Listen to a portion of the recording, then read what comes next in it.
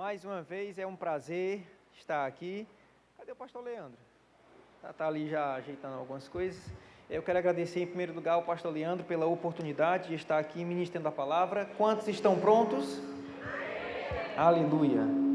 Como já foi orado, a gente não precisa orar, amém?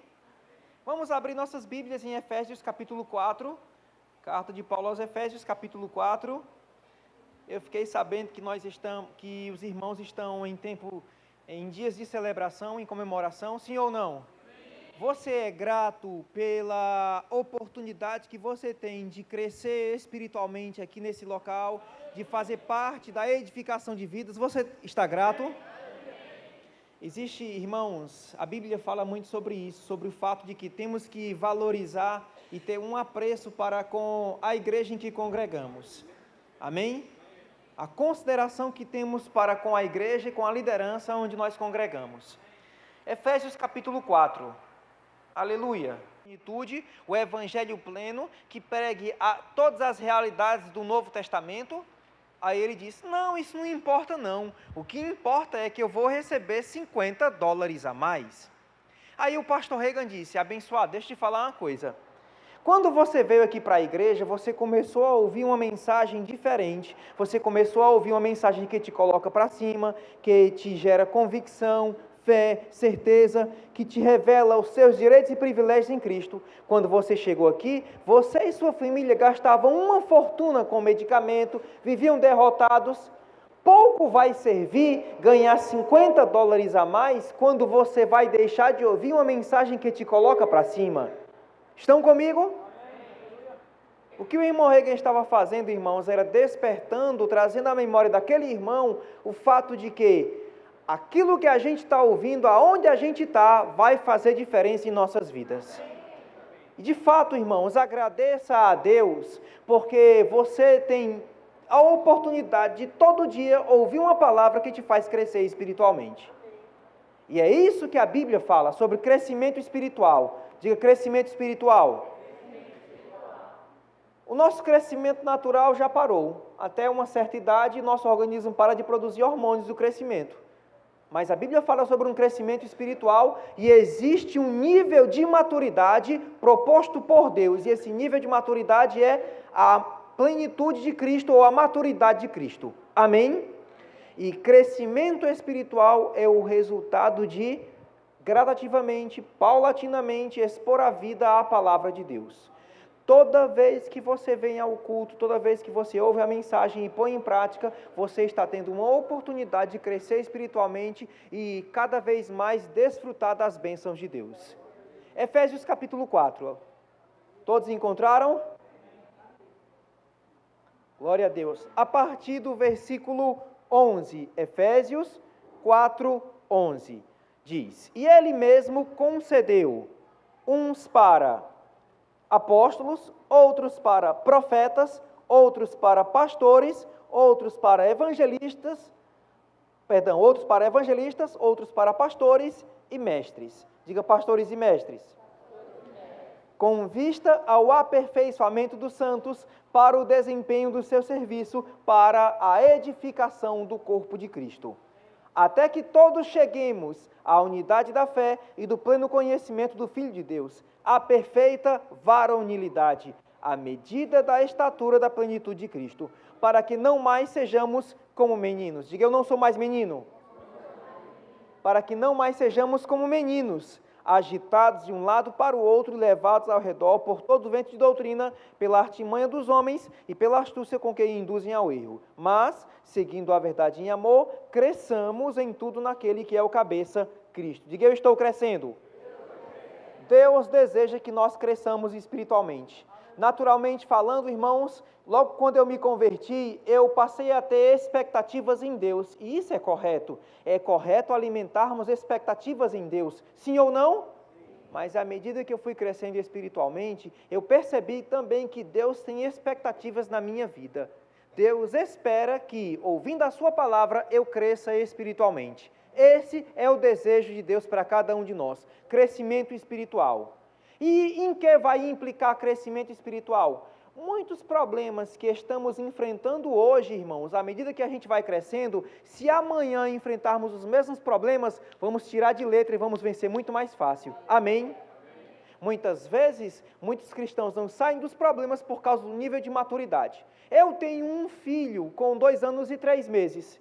Às vezes ele quer subir da poltrona para outro local e é uma dificuldade, como diz o Nordeste, é uma peleja, é um trabalho, mas eu sei que à medida que ele crescer, ele vai ter muito mais agilidade e aqueles obstáculos que ele ultrapassava com dificuldade, depois que cresce, ultrapassa com muito maior velocidade. Isso acontece também espiritualmente. À medida que a gente vai crescendo, amadurecendo espiritualmente, os problemas que anteriormente a gente ficava preso e enganchava, hoje a gente vai vencer muito mais rápido por causa do nível de maturidade. E esse texto mostra a provisão de Cristo para a igreja. Deus deseja que cresçamos espiritualmente e para isso Deus providenciou chamados ministeriais, unções distintas, para que, uma vez que o cristão exponha a vida a essa unção, ele vai crescer espiritualmente. A palavra mostra que Jesus cresceu espiritualmente. A Bíblia diz, e crescia o menino em graça e estatura diante de Deus e dos homens. Se Jesus teve que crescer espiritualmente, isso nos faz entender que eu e você também temos que crescer espiritualmente. Sim ou não? E para isso, Deus providenciou chamados ministeriais, dons ministeriais. Toda vez que alguém começa a ministrar a palavra, irmãos, aquelas instruções, aquela palavra, uma vez entendida e praticada, faz com que a gente cresça espiritualmente. Estão comigo? Diga crescimento espiritual. Percebemos nessa passagem, irmãos, 5 dons ministeriais: o apóstolo, o profeta, o evangelista, o pastor e o mestre. Se você for ver biblicamente e na prática, o principal dom nesse contexto aí é o dom do ofício do pastor. Por quê? Porque é o ofício que dedica a maior parte da sua vida em cuidar das ovelhas. Estão comigo? Você já assistiu a algum programa de televisão, alguma mensagem cristã na televisão? Você já leu algum livro abençoado? Já assistiu a algum DVD abençoado? Tudo isso, irmãos, não é alimento, é complemento. Alimento é aquilo que nós recebemos na igreja local. Naturalmente falando, se você for a um nutricionista e falar para ele, ó, de hoje em diante, você treina? Você treina? Como é teu nome? Fábio. Fábio treina na academia, não é isso?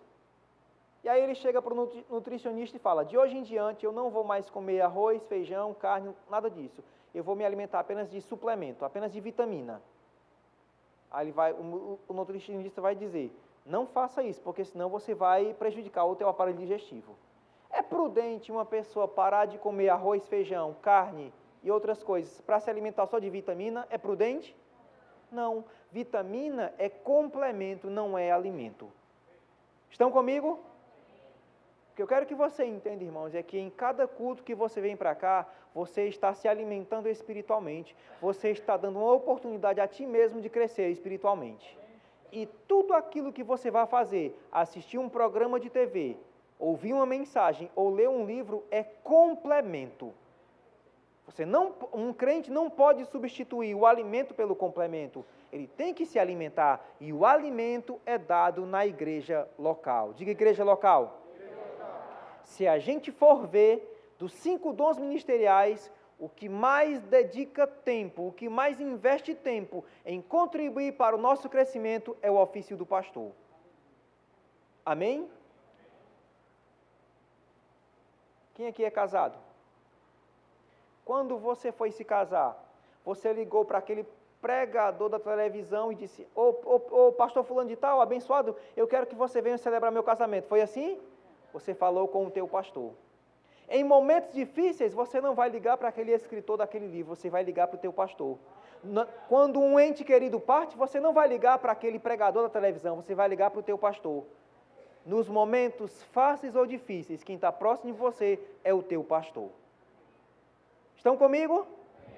O que eu quero despertar no teu coração, irmãos, é o valor que nós devemos ter na igreja local e para com a nossa liderança. O próprio Senhor Jesus Cristo reconheceu que sem um pastor não dá. Vamos abrir nossas Bíblias no Evangelho de Mateus. Aleluia. Capítulo 9. Mateus capítulo 9.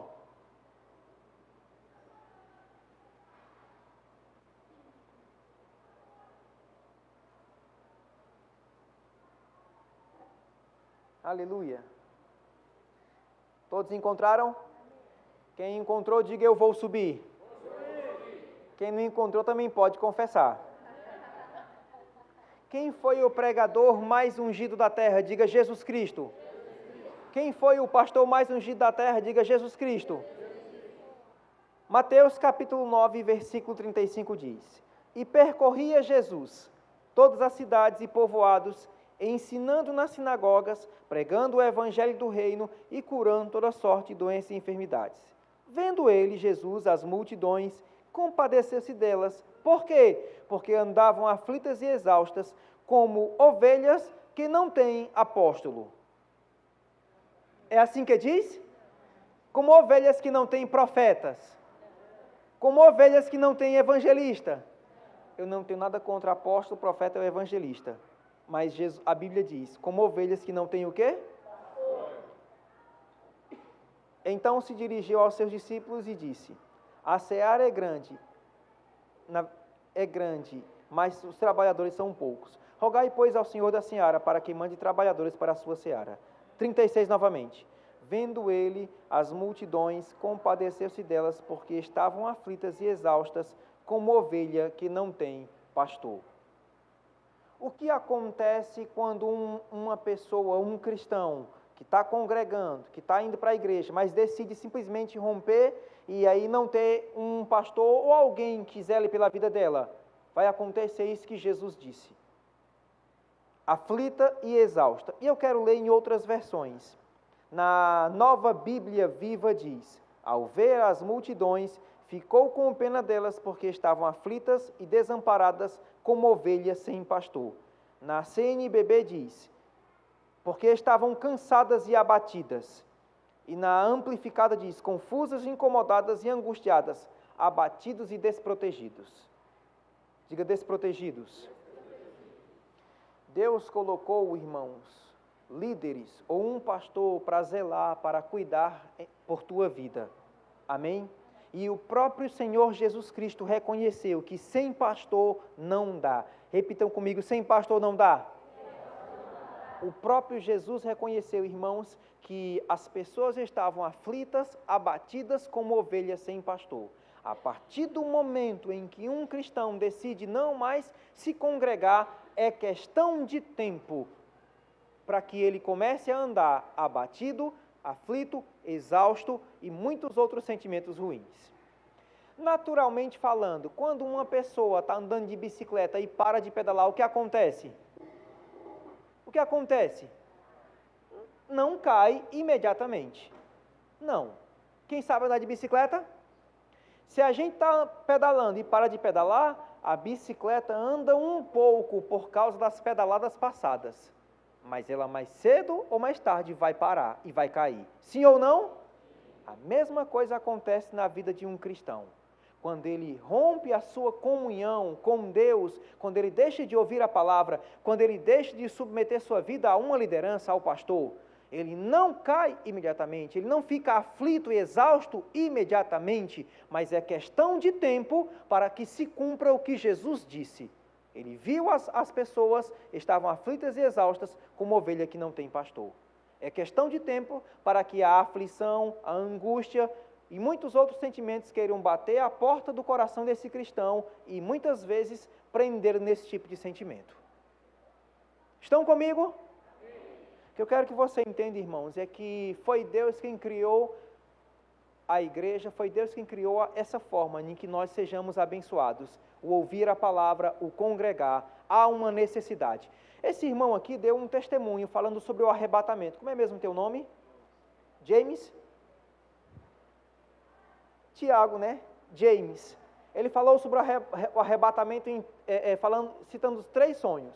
A palavra fala em Hebreus: não deixemos de nos congregar, como é costume de alguns, e antes façamos admoestações, e tanto mais quanto vede que o dia se aproxima.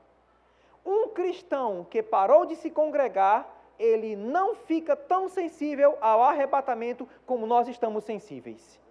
Ele fica entenebrecido, é como uma cortina de fumaça, ele não consegue distinguir, discernir os tempos, ele não consegue estar afinado. Antigamente os rádios era para sintonizar, era necessário você girar, dependendo do equipamento a sintonia era fina ou não, sim ou não? A mesma coisa espiritualmente, irmãos. Muitas pessoas perderam a sintonia das coisas espirituais porque simplesmente deixaram de ouvir a palavra de Deus. O que não é o nosso caso. Posso ter um amém? Amém. A Bíblia, irmãos, traz uma importância ao ofício pastoral, à função do pastor. Seja grato a Deus, porque existe alguém que vela por tua vida, existe alguém que te traz um alimento espiritual. Como você percebeu pelo sotaque, eu sou nordestino. Sou natural do Ceará, nasci em Fortaleza. E lá em Fortaleza tem uma ONG, uma instituição chamada IPRED. Ela assiste crianças desnutridas. Como assim? A repórter foi entrevistar uma criança. Meu filho, você tem quantos anos? Tenho 11, mas tinha a musculatura e a ossatura de uma criança de 7 anos, 6 anos. Aí foi conversar com outro. Meu filho, você tem quantos anos? Tenho 8, mas tinha a musculatura e a ossatura de uma criança de 5 anos. Desnutrida. Por quê? Porque não se alimentou. Espiritualmente, isso tem acontecido com alguns cristãos. Como assim? Ah, mas eu sou crente há não sei quanto tempo. Tudo bem. O contagiro girou, o velocímetro girou, mas a pessoa tem pouca maturidade. Tempo de vida cristã não é sinônimo de maturidade. Estão comigo? Tempo de vida cristã não é sinônimo de maturidade. Maturidade é vista na prática, porque Jesus disse que pelos frutos a gente vai ver. Não é o tempo que se encarrega de nos amadurecer, não é o tempo que se encarrega de manifestar as bênçãos de Deus, é a compreensão e prática da palavra de Deus. Quando eu entendo a palavra, quando eu exponho minha vida à palavra, sou alimentado pela palavra e ponho em prática, eu começo a desfrutar das bênçãos de Deus. Deus deseja que cresçamos espiritualmente. Amém?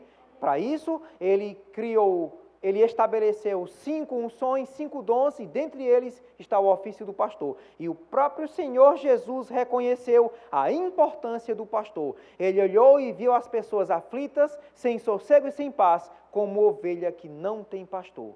E agradeça a Deus, irmãos, porque hoje você tem um local em que você pode receber ministração, você pode ser alimentado pela palavra, você pode sair daqui diferente. Diga diferente. Agradeça a Deus porque você tem recebido uma palavra que injeta fé no teu coração. Eu tenho percorrido o Brasil, irmãos, ensinando a palavra de Deus, ministrando a palavra de Deus. Do sul ao norte do país, ensinando a palavra. E hoje, a maior necessidade do povo de Deus é ser alimentado pela palavra. É impressionante, irmãos. E eu vou citar 4 textos que ligam conhecimento à qualidade de vida. A palavra diz: o meu povo perece porque lhe falta. Um povo que conhece o seu Deus é forte e fará proeza ou maravilhas. Em 1 Pedro diz: graça e paz vos sejam multiplicadas pelo pleno conhecimento de Deus e nosso Salvador Jesus Cristo. E Jesus disse: conhecereis a verdade. Vai deixar do mesmo jeito. Vai fazer o quê? 4 passagens que ligam conhecimento à qualidade de vida. Quanto mais você aprender sobre Deus, quanto mais você conhecer sobre Deus, melhor tua vida estará. Quanto mais entendermos o que Deus fez por nós em Cristo Jesus, quanto mais estudarmos e entendermos essas verdades, melhor minha vida estará. Agora, para que eu possa entender, eu preciso expor minha vida à palavra, eu preciso me congregar. Amém? E seja grato a Deus por isso. Eu quero mostrar outra passagem na Bíblia, sobre a importância do pastor. Diga assim, pastor, não dá?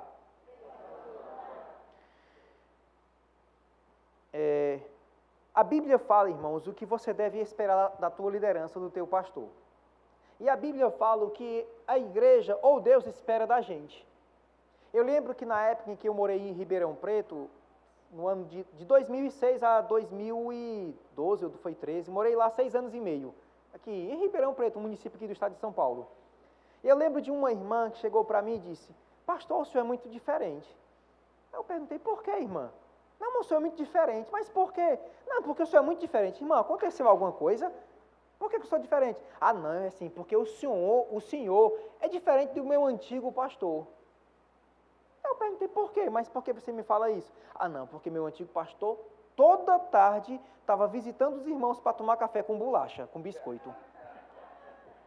Irmãos, a Bíblia promete, a Bíblia assegura que o pastor tem que visitar toda tarde os irmãos para tomar café com biscoito?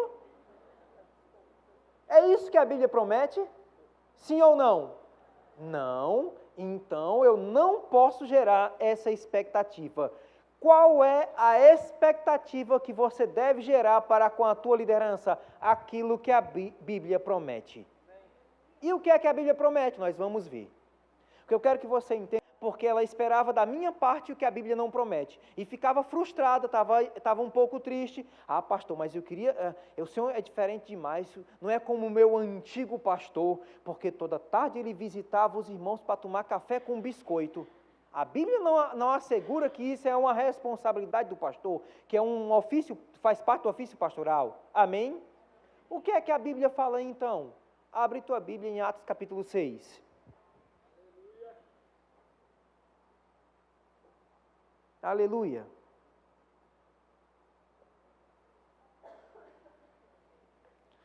Atos dos Apóstolos, capítulo 6.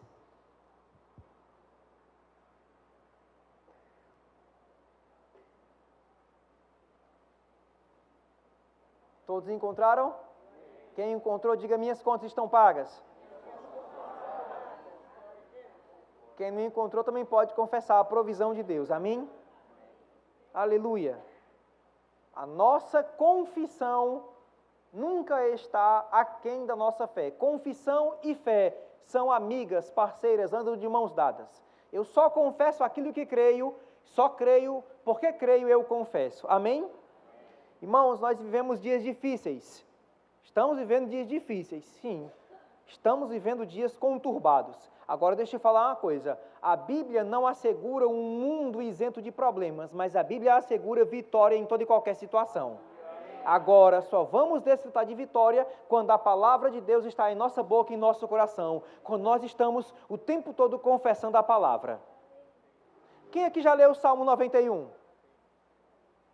Pronto. Você sabia que no Salmo 91 fala sobre confissão, sobre confessar a palavra? Eu vou citar o versículo 1, 2 e o verso 9. A Bíblia diz, o versículo 1, aquele que habita no esconderijo do Altíssimo, à sombra do Onipotente descansará.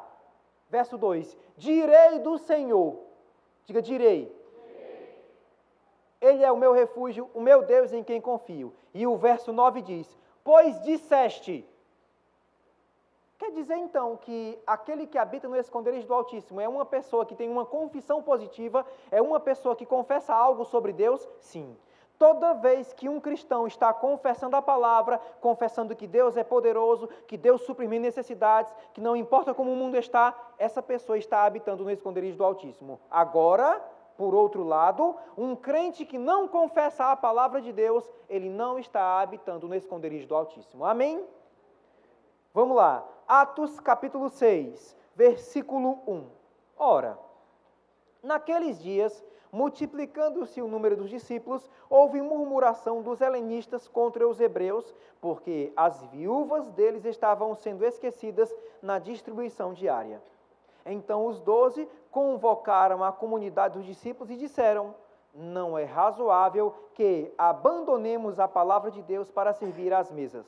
Mas, irmãos, escolhe entre vós mesmos 7 homens de boa reputação, cheios do Espírito Santo e de sabedoria, aos quais encarregaremos deste serviço. E quanto a nós, nos consagraremos à oração e ao ministério da palavra. Diga: oração e ministério da palavra.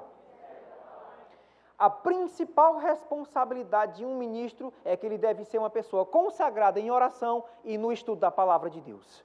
Eu sei que existem outras responsabilidades, eu sei que sobre os ombros do pastor pesam outras responsabilidades, mas a principal responsabilidade é que eles sejam homens consagrados em oração e consagrados na palavra de Deus. Para quê? Para que no momento em que eles vão ministrar a palavra, eles possam ministrar com graça, com entendimento e te trazer um alimento espiritual para que você cresça espiritualmente. Amém? Qual é a expectativa que você deve gerar em tua liderança? Que eles devam ser homens e mulheres consagrados na palavra e na oração. Diga consagrados. Na NVI diz: não é certo negligenciarmos o ministério da palavra de Deus a fim de servir às mesas. Na Nova Tradução diz: assim nós poderemos continuar usando todo o nosso tempo na oração e no trabalho de anunciar a palavra de Deus. E na Bíblia Viva fala: então poderemos gastar todo o nosso tempo na oração e na pregação e no ensino. A expectativa que você deve ter para com a liderança é que eles sejam pessoas consagradas no estudo e na oração. Amém?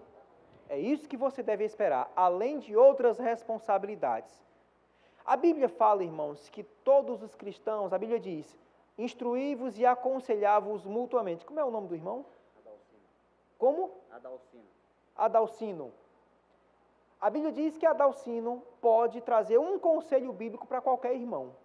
E através desse conselho ele pode evitar muitos problemas na vida de um cristão. Ele, com o coração cheio da palavra, pode trazer um conselho. A Bíblia diz que todos nós podemos aconselhar os irmãos, mas ainda que eu e você não aconselhemos, pesa sobre o pastor uma ferramenta, uma responsabilidade de aconselhar. Diga aconselhamento.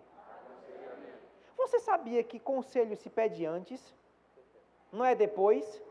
Porque às vezes, hoje eu não pastoreio mais, já pastoreei, mas eu já vi cristãos começarem a fazer coisas erradas, entraram no erro, deu problema mais na frente, depois chegou e disse: pastor, me ajude, me dê um conselho. Não, meu querido, você não precisa de conselho não, precisa de extrema unção. Porque conselho se pede antes. Estão comigo? O que eu quero que você entenda, irmãos, é que existe uma liderança, alguém que zela por tua vida. O teu líder está interessado em teu bem-estar, está interessado em teu crescimento, está interessado em tua edificação, está interessado em tua família, está interessado em todas as áreas da tua vida. Amém? Inclusive, tem até um ensino do Senhor Jesus falando sobre o bom pastor. E eu peço que você abra a sua Bíblia em João, no capítulo 10.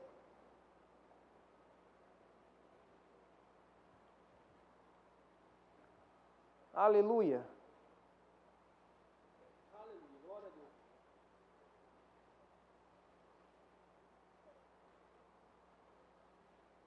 Quantos aqui querem um bom pastor? Estou falando em gerar uma expectativa. Quantos aqui querem um bom pastor? Quantos aqui têm sido uma boa ovelha?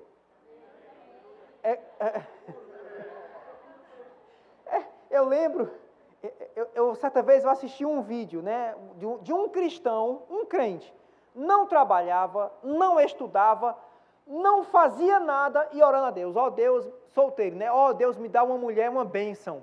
Ó Deus, me dá uma mulher trabalhadora, uma mulher que estude. Irmãos, Deus não é louco de dar uma bênção para um carrego, uma maldição dessa, não.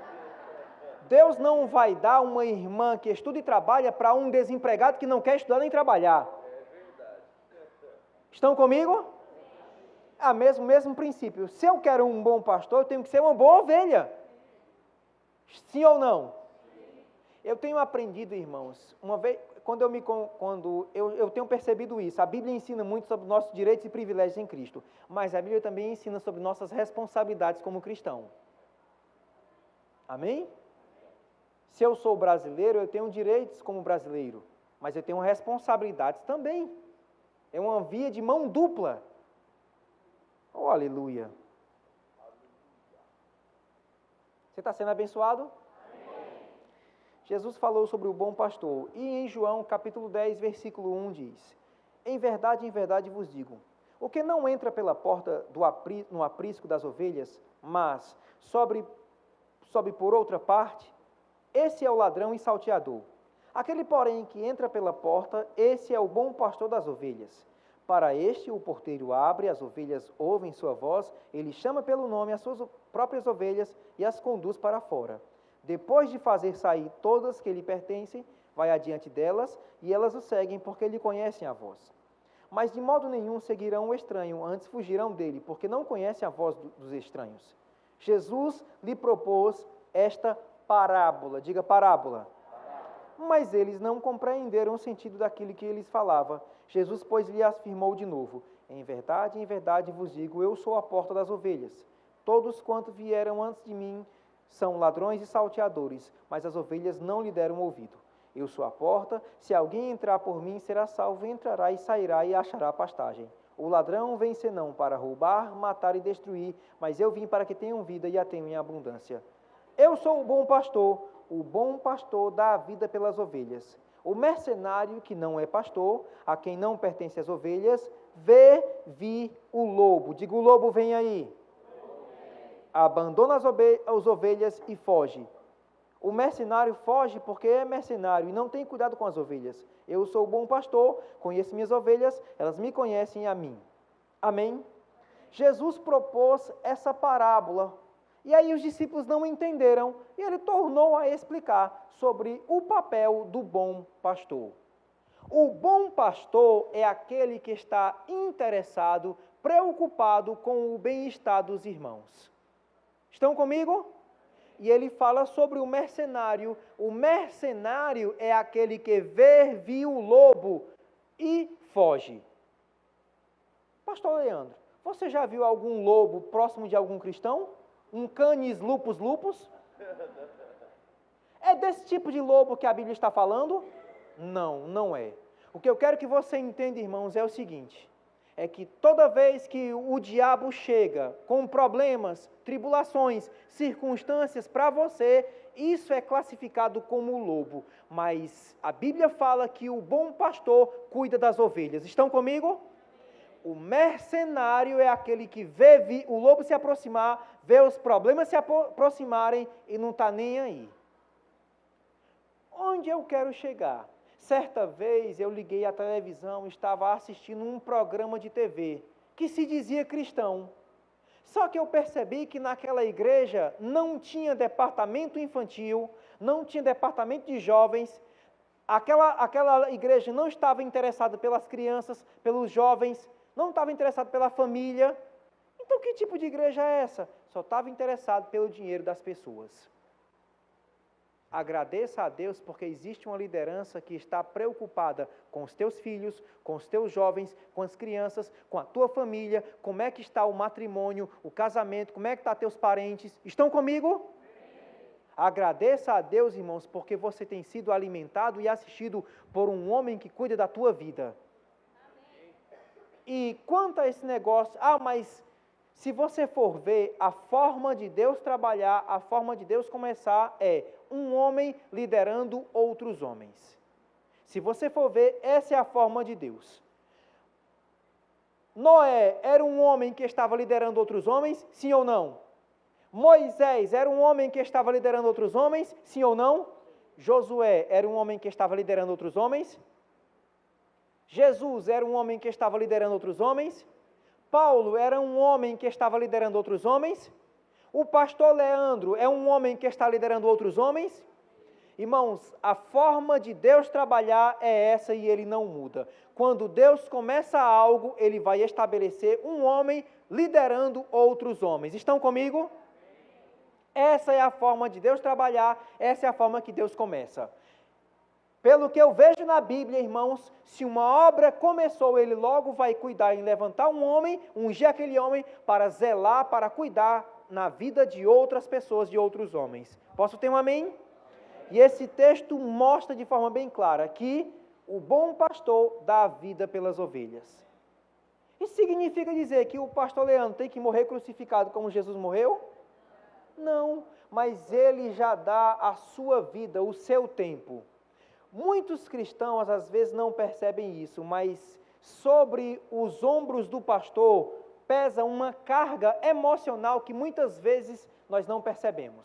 Aqui tem algum psicólogo, uma irmã ou irmão formado em psicologia, administração, economia? Tem algum policial aqui presente? Policial militar ou civil? São profissões em que as pessoas recebem uma carga emocional. Mas você sabia que sobre os ombros do pastor também existe uma carga emocional também? E muitas vezes os cristãos não estão percebendo? Às vezes o pastor entra na igreja preocupado sobre uma família, preocupado sobre um irmão. Às vezes um irmão olha para o pastor não cumprimenta o irmão, pensa, meu Deus do céu, esse pastor é muito seco, é muito ríspido. Olha só, não deu nem atenção a mim. Sabe por que muitas vezes o pastor não dá atenção? Porque entre satisfazer um mimo de um crente, porque eu considero isso como um mimo, ele está preocupado sobre uma família que está prestes a se dissolver. Estão comigo? Eu lembro que certa vez, quando eu estava pastoreando, estou falando, irmãos, que existe uma pressão, uma carga emocional que pesa sobre a liderança, especificamente sobre os ombros do pastor, que muitas vezes nós não estamos conscientes, mas pesa. Eu lembro que certa vez, lá em Ribeirão Preto, eu tive que ficar de campana no carro como um policial civil. Por quê? Porque um irmão, nas escondidas, estava prestes a se separar da esposa, ele quis se separar, e é impressionante, o pastor é o último a saber. Pastor, pelo amor de Deus, vá na casa de fulano, porque ele está para se separar, mas não pode ficar sabendo que o senhor está sabendo. Chegue lá e procure conversar com ele. Fiquei lá 2 horas no carro, esperando o irmão chegar, naquela tensão, porque ele estava prestes a separar da esposa, e se a esposa dissesse aí que ele ia embora mesmo. Chegando lá, pastor Leandro, você já apagou algum incêndio na vida? Já socorreu, já entrou em alguma ambulância para socorrer algum acidentado? Não. Ele não socorre acidentados físicos, mas socorre muitas vezes pessoas que são acidentadas espiritualmente ou alguma família que está prestes a se dissolver. Estão comigo? O que eu quero que você entenda, irmãos, é que quando cada cristão faz o seu papel, facilita o trabalho da liderança para que a liderança continue ministrando e fazendo a igreja crescer. Amém? A Bíblia fala qual é a função, o papel do bom pastor. O bom pastor, se você pedir um conselho, o pastor Leandro vai te aconselhar. Se você pedir oração, ele vai estar interessado no teu bem-estar, vai orar por você, vai orar por tua família. Isso faz parte do papel do bom pastor. Estão comigo? Amém? E toda vez que você faz a sua parte, você está cooperando com o crescimento dessa obra. Do mesmo jeito que a Bíblia fala sobre o papel do pastor, a Bíblia também fala sobre a boa ovelha, o que nós devemos fazer como cristãos ou como ovelhas para que a obra continue crescendo. Amém? Qual é o nosso papel? Em primeiro lugar, irmãos, essa obra, como qualquer obra de Deus, em qualquer época, em qualquer lugar, é mantida por dízimos e ofertas de pessoas que contribuem de coração. Paulo, ele fala sobre um princípio espiritual. Se nós vos semeamos coisas espirituais, será muito colhermos de vós bens materiais? Diga um princípio. Paulo fala sobre isso em 1 Coríntios capítulo 9. Não vou me aprofundar, porque o tempo está se abreviando, mas eu quero te despertar quanto a isso. É responsabilidade, irmãos, de cada um de nós. Se você congrega aqui, é tua responsabilidade ser um mantenedor dessa obra. O pastor Kenneth Reagan disse, se todo cristão for fiel em dízimos e ofertas, por menor que a igreja seja, não vai faltar recursos para que essa igreja cumpra os planos de Deus para aquela estação, para aquela época. Amém? Diga, não vai faltar. Ah, pastor Marcelo, mas eu faço o que eu quero com o meu dinheiro. A Bíblia diz que Jesus morreu por todos. Vamos abrir nossas Bíblias em 2 Coríntios capítulo 5.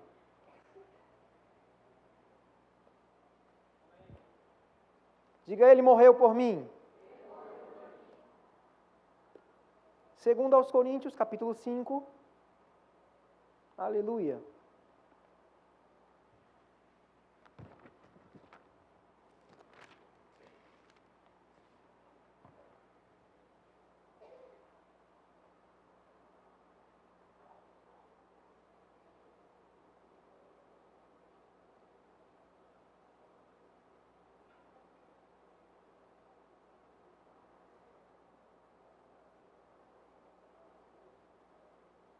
versículo 14. Segundo aos Coríntios, capítulo 5, verso 14 diz: porque o amor de Cristo nos constrange, julgando nós assim, que se um morreu por todos, logo todos o quê? Diga, ele morreu por mim. Verso seguinte: e ele morreu por todos, para que todos os que vivem não vivam mais para si, mas para aquele que por ele, por nós morreu e ressuscitou. A Bíblia está dizendo, irmãos, que Jesus morreu por mim e por você. Posso ter um amém? Amém. Diga, eu vou subir. Ele morreu por todos, para que todos os que vivem não vivam mais para si. Como é mesmo teu nome? Fábio. Jesus morreu por Fábio, sim ou não? Para quê? Para que de hoje em diante Fábio viva para Cristo, porque Cristo morreu por ele e ressuscitou. A partir do momento em que um crente decide não obedecer à palavra, ele não está vivendo para Cristo, ele está vivendo para ele mesmo. Ele morreu por todos, para que todos os que vivem não vivam mais para si, mas para ele que por nós morreu e ressuscitou. O que eu quero que você entenda, irmãos, é que Jesus tem todo o direito de dizer o que nós devemos fazer com nossa vida. Por quê? Porque Ele é o nosso Senhor. Se Ele é o nosso Senhor, se Ele é o meu Senhor, se Ele é o teu Senhor, Ele tem todo o direito de dizer, eu quero que você faça isso. E quanto à questão financeira, dinheiro, irmãos, é uma extensão de nossa vida. Passamos um mês trabalhando, um mês nos esforçando, um mês suando, pegando condução ou indo de carro, batendo ponto, se dedicando para quê? Para recebermos um salário. Aquele salário representa uma parte de nossa vida, sim ou não? Toda vez que eu e você, como cristãos, chegamos na igreja e damos um dízimo, um percentual e uma oferta, estamos entregando uma parte de nossa vida a Deus, porque de fato Ele morreu por nós, para que nós não mais vivamos para nós mesmos, mas vivamos para Ele. Estão comigo? E Deus espera isso da gente. É responsabilidade nossa, de cada cristão. Claro, irmãos, eu não falo isso com um peso, eu não falo isso com um pesar. Eu falo isso para te despertar a memória de muitos outros textos que existem na palavra. A Bíblia fala sobre uma lei espiritual, a lei da semeadura. Quando criança, eu não demorei muito a entender a lei da semeadura, não. Meu pai tem um mercadinho em Fortaleza. E eu estava, certa vez, no quintal da casa dos meus pais, criança, brincando lá, e vi meu pai, ele veio do interior do Ceará, ele plantava lá, trabalhava na agricultura, depois se estabeleceu em Fortaleza e tinha um mercadinho. Eu estava brincando no quintal, ele chegou lá no quintal, perto de onde eu estava brincando, cavou o chão, abriu a mão, colocou um negócio lá e fechou. E passou um dia, passou uma semana, 2 semanas, 3 semanas, eu percebi que começou a nascer uma plantinha. O que foi que aconteceu? 3 semanas anteriores, meu pai tinha colocado alguns grãos de milho. Semanas depois, o grão nasceu, cresceu e começou a dar algumas espigas. O que é isso? É um princípio natural. O que semear, vai colher. Diga, vai colher. Só que existe um princípio espiritual também. Tudo o que você faz para Deus, irmãos, vai trazer resultados em tua vida. Se você olhar biblicamente, irmãos, todas as pessoas que se envolveram com Deus, que dedicaram sua vida a Deus, que contribuíram na obra de Deus, e eu quero que você perceba isso, essa obra de Deus aqui, onde você congrega, como qualquer obra de Deus, em qualquer época ou qualquer lugar, é mantida por dízimos e ofertas. Todas as pessoas que se envolveram com Deus, de coração, gratos a Deus, foram pessoas abençoadas e prosperaram. Posso ter um amém? Amém. Vou resumir. Vou concluir, na verdade. Consagração a Deus nunca é prejuízo. Consagração a Deus, irmãos, nunca vai te prejudicar. Quanto mais você se envolver com Deus, melhor a tua vida vai estar. E eu falo em se envolver com Deus em todas as áreas, porque existe essa área financeira que algumas pessoas não querem se envolver com Deus.